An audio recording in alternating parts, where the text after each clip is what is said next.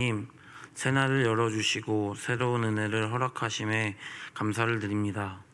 하나님의 얼굴을 구하며 은혜의 자리, 기도의 자리에 나온 사랑하는 성도들을 기억하여 주시어 그들의 간절한 기도 제목마다 놀랍게 응답하실 하나님을 기대합니다. 우리의 머리카락도 세시며 앉고 일어섬도 주목하고 계신 줄 믿습니다. 아버지, 우리가 하나님 앞에서 코람데오의 모습으로 살아가기를 소망합니다. 우리의 어떤 상황이 아니라 하나님의 말씀이 우선순위가 되어 말씀대로 살아가게 하옵소서.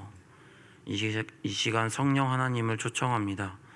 하나님의 말씀이 깨달아지게 하시고 오늘을 살아갈 수 있는 힘을 더하여 주옵소서. 사랑이 많으신 예수님의 이름으로 기도드립니다. 아멘. 오늘 우리에게 주시는 하나님의 말씀은 예레미야 36장 1절부터 19절 말씀입니다. 예레미야 36장 1절부터 19절 말씀, 저와 교대로 교독하겠습니다. 유다의 요시야 왕의 아들 여호야김 제4년에 여호와께로부터 예레미야에게 말씀이 임하니라. 이르시되,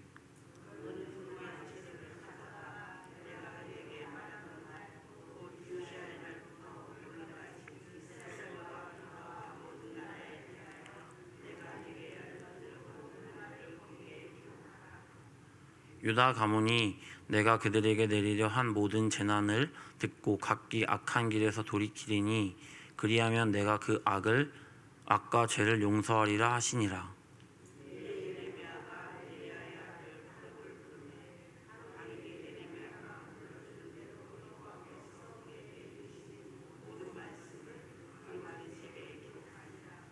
예레미야가 바룩에게 명령하여 이르되, 나는 붙잡혔으므로 여호와의 집에 들어갈 수 없으니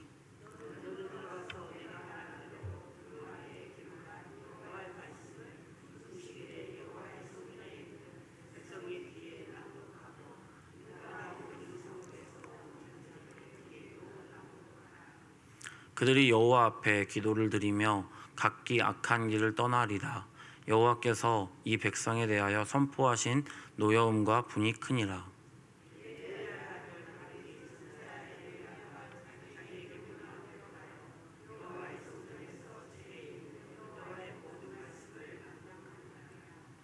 유다의 요시야 왕의 아들 여호야김의 제5년 9월에 예루살렘 모든 백성과 유다 성읍들에서 예루살렘에 이른 모든 백성이 여호와 앞에서 금식을 선포한지라.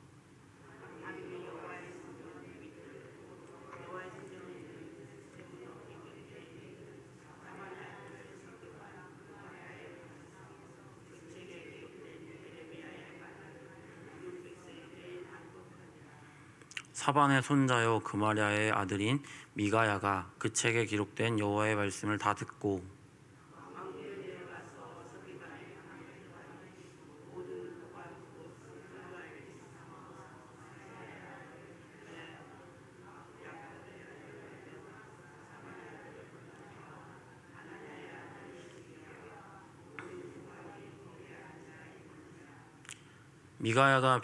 미가야가 바룩이 백성의 귀에 책을 낭독할 때에 들은 모든 말을 그들에게 전하매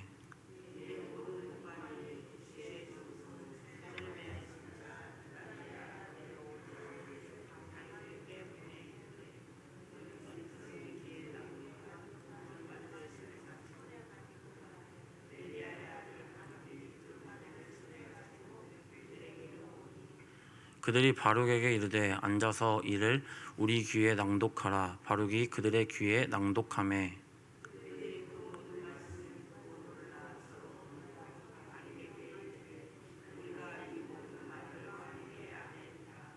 그들이 또 바룩에게 물어 이르되, 너는 그가 불러주는 이 모든 말을 어떻게 기록하였느냐 청하노니 우리에게 알리라.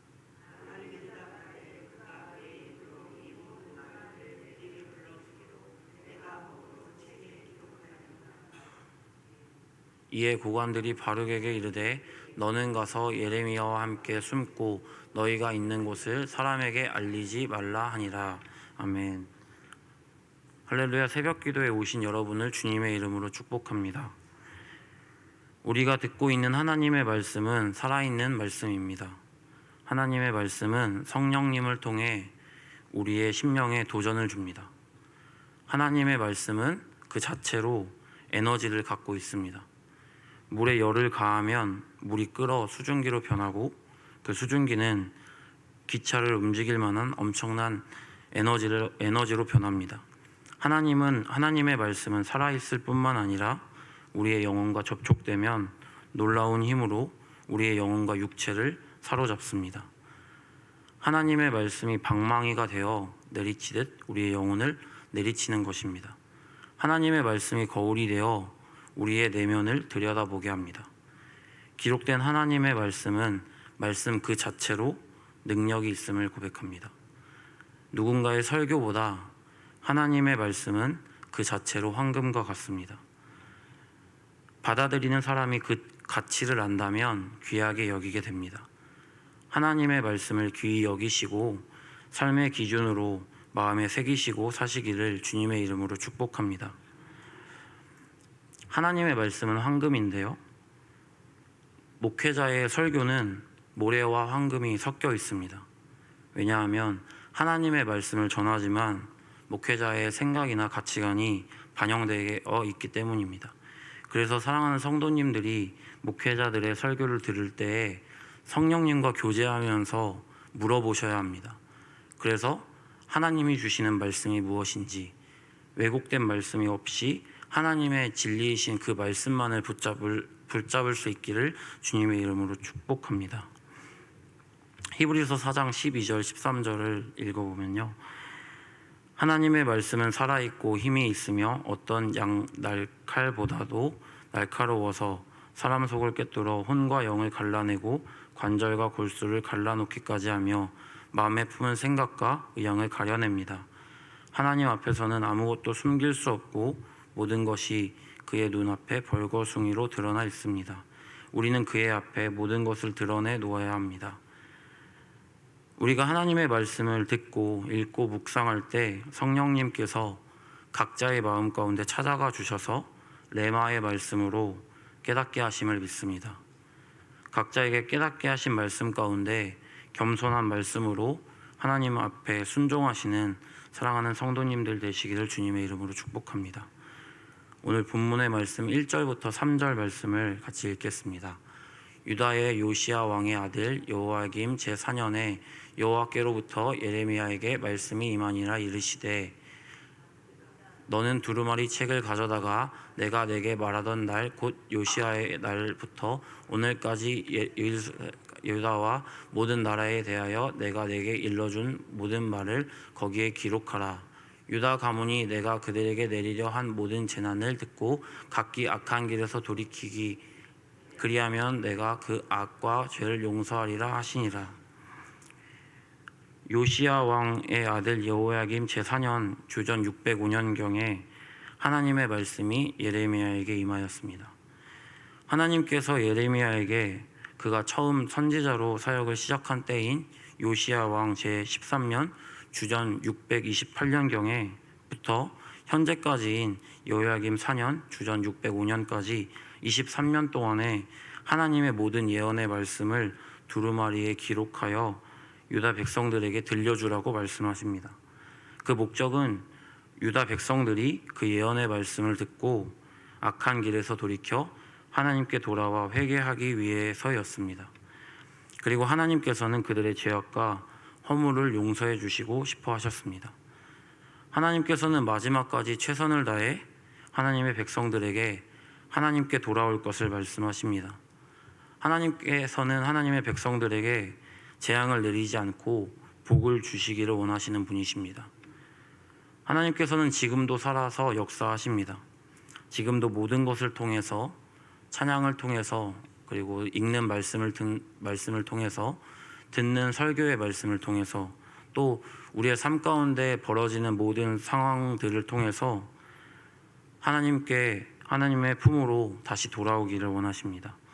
성령님의 감동으로 우리의 마음 가운데 찔림을 허락하여 주시기도 하시고 고난을 허락하셔서 하나님의 말씀을 깨닫고 하나님께 매달리며 하나님의 품 안으로 돌아오게 하십니다.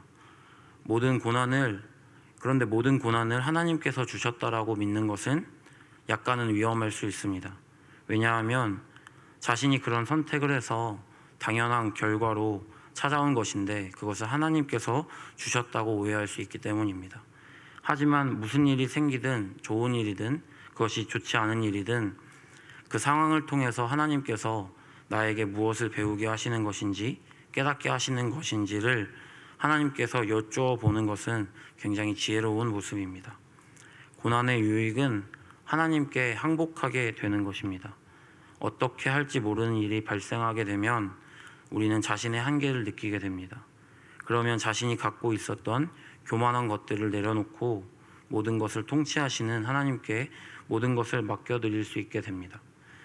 매사에 하나님께 항복하는 것은 고난이 아니더라도 우리가 마땅히 해야 할 것입니다. 하나님께서는 끝까지 유다 백성들이 죄악에서 돌이켜 하나님께 돌아오기를 기다리십니다. 그리고 그들을 용서하시고 그들에게 복을 내려주시기를 원하십니다. 어떤 고난이 찾아와도 하나님께서 우리를 미워하셔서 그리고 싫어하셔서 그 고난을 허락하시는 것이 아니라 우리를 사랑하셔서 주시는 고난이라는 것을 믿음으로 취하시기를 축복합니다. 4절 같이 읽겠습니다. 이에 예레미야가 네리야의 아들 바룩을 부르매 바룩이 예레미야가 불러주는 대로 여호와께서 그에게 이르신 모든 말씀을 두루마리 책에 기록하니라. 예레미야는 감옥에 갇혀 있기에 예레미야는 그의 친구이자 비서였던 바룩을 부릅니다. 그리고 하나님의 말씀을 예레미야가 불러주는 대로 두루마리에 기록할 것을 부탁합니다. 하나님의 말씀을 전할 때 하나님의 말씀 그대로를 전해야 합니다. 자신의 생각이나 가치관들에 따라 전하게 되면 그 말씀이 와전될 수 있고 오해가 생길 수 있습니다. 바룩은 자신의 생각을 전혀 첨가하지 않고 예레미야가 불러주는 그대로 그 말씀을 기록합니다. 우리는 말씀을 지켜 행할 때에도 그 말씀 그대로를 순종해야 합니다. 자신이 원하는 것만을 골라서 그 말씀을 지키게 되면 말씀이 왜곡되고 말씀으로서의 힘을 잃습니다. 하나님의 말씀을 지킨다는 것은 하나님의 권위를 인정하며 그 말씀 그대로의 권위를 순종하는 것입니다. 하지만 말씀을 나의 생각대로 내 마음대로 고르기 시작하면 하나님보다 나의 생각과 마음에 권위를 두는 것입니다. 다들 스마트폰을 사용하고 계시죠? 스마트폰은 기계 자체가 천차만별이지만 굉장히 비쌉니다. 그 이유가 굉장히 많은 기능들이 있기 때문입니다. 처음 스마트폰을 구입할 때 설명서를 같이 주게 됩니다. 설명서를 따라서 그 기종에 있는 기능들을 배우기 시작하면 굉장히 유용하게 여러 기능들을 사용할 수 있습니다. 하나님께서 이 땅을 그리고 우리를 그리고 모든 것을 창조하시고 만드셨습니다. 그리고 우리의 모든 삶을 계획하시고 설계하셨습니다. 하나님의 말씀은 이 땅을 살아가는 우리가 하나님 안에서 행복하고 잘 살 수 있도록 돕는 설명서와 같습니다. 하나님의 말씀 그대로를 순종하는 저와 여러분이 되시기를 주님의 이름으로 축복합니다.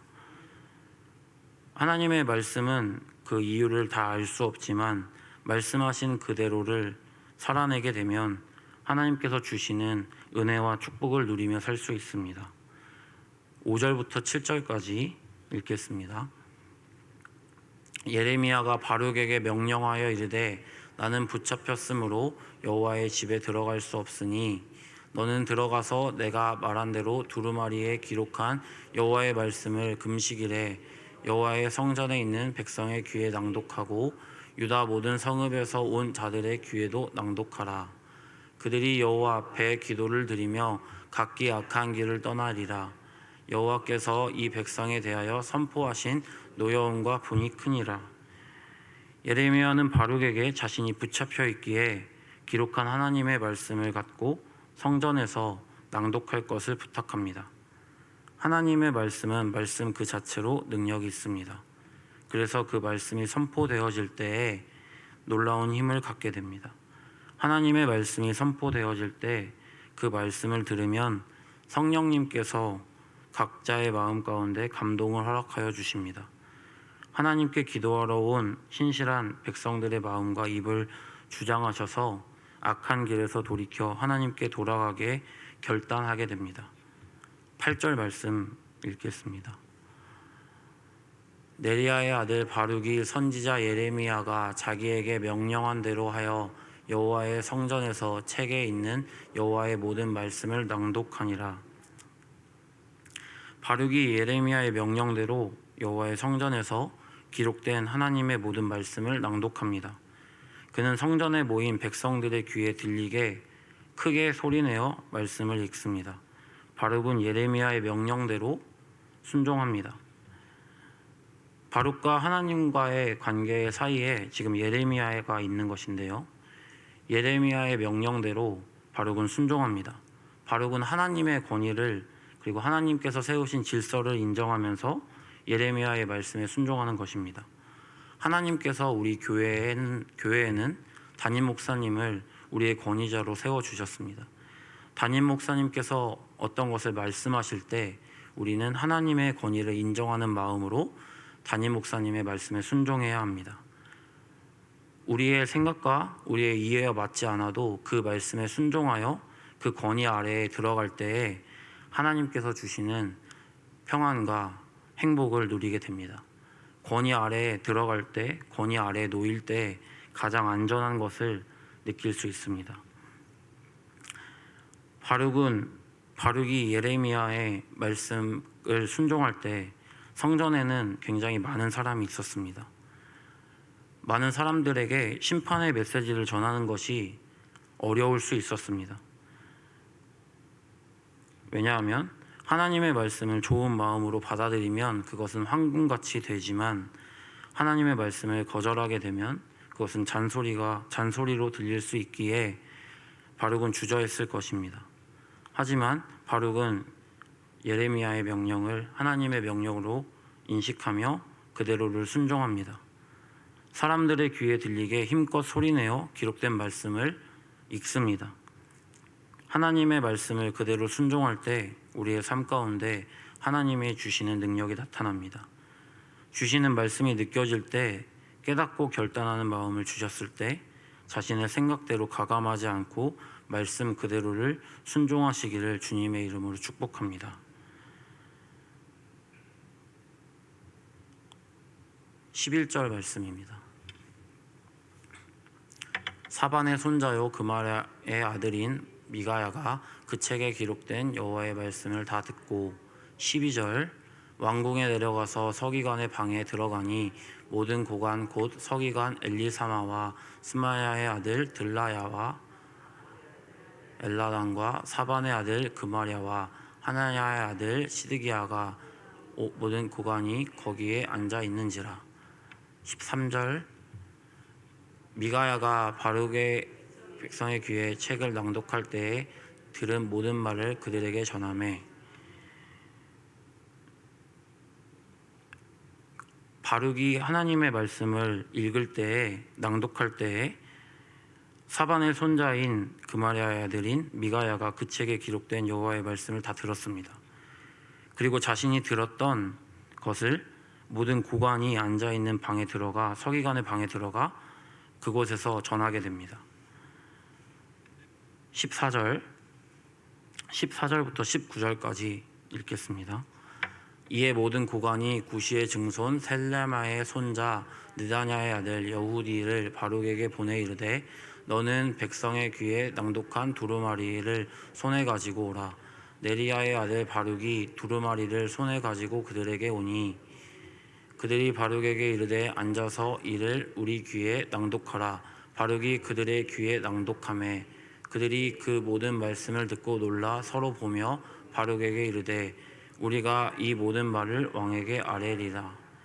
그들이 또 바룩에게 물어 이르되 너는 그가 불러주는 이 모든 말을 어떻게 기록하였느냐 청하노니 우리에게 알리라. 바룩이 대답하되 그가 그의 입으로 이 모든 말을 내게 불러주기로 내가 먹으로 책에 기록하였노라. 이에 고관들이 바룩에게 이르되 너는 가서 예레미야와 함께 숨고 너희가 있는 곳을 사람에게 알리지 말라 하니라. 바르게 하나님의 말씀을 그대로 낭독했기에 이 모든 일들이 일어납니다. 하나님의 말씀은 살아있고 에너지가 있습니다. 하나님의 말씀은 말씀 그 자체로 능력이 있습니다. 말씀을 그저 소리내어 읽기만 했는데 말씀의 능력으로 인해서 하나님의 말씀이 퍼져나갑니다. 우리가 그 말씀을 따라 살 때 우리의 삶에 영향력이 생기는 줄 믿습니다. 그 영향력은 하나님의 말씀으로 인하여 열매 맺게 됩니다. 하나님께서 우리를 부르신 곳에서 말씀에 순종하며 살 때 부르심에 합당한 열매를 맺게 해주십니다. 예배가 없었던 곳에서 하나님께 드리는 예배가 일어나기도 하고 돌같이 단단했던 마음들이 녹아져 하나님께로 돌아오기도 합니다. 삶에 힘이 없을 때 하나님의 말씀을 소리내어 읽으십시오. 가정에서, 직장에서, 있는 곳에서 하나님의 말씀을 소리내어 선포하며 읽을 때 하나님의 능력이 우리 가운데 나타날 것입니다. 기도의 제목을 가지고 기도할 때 하나님의 말씀을 붙잡고 기도하십시오. 말씀하신 모든 것을 이루시고 성취하시는 하나님께서 그 말씀을 의지하며 기도하는 우리에게 놀라운 능력과 은혜를 주십니다.